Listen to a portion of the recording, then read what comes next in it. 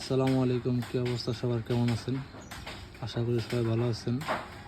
তো আপনাদের আজকে একটা গাছ দেখাই আমার ছাদ বাগানের। গাছ বলতে এটা পুঁই শাক গাছ, পুঁই শাক আর কি, এবং গাছ বলতে আছে। তো যাই হোক, এটার অবস্থাটা দেখাই আপনাদের। এটা মোটামুটি মাশাআল্লাহ ছোট্ট একটা বালতিতে রোপণ করা হয়েছে। তো অল্প কিছুদিনের মধ্যে মোটামুটি এটা অনেক বড় হয়ে গেছে। মোটামুটি আলহামদুলিল্লাহ অনেক তাজা এবং সুস্থ।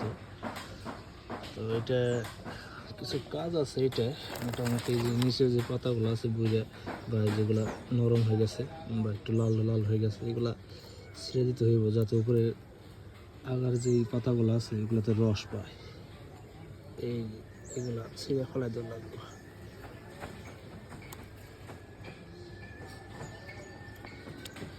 আপনারা পারলে মাটিগুলা যখন গাছগুলা বুনবেন এই মাটিগুলা করে দিবেন। এই দেখুন, একটু লক্ষ্য করে দেখেন, কিছু পিঁপড়া আছে।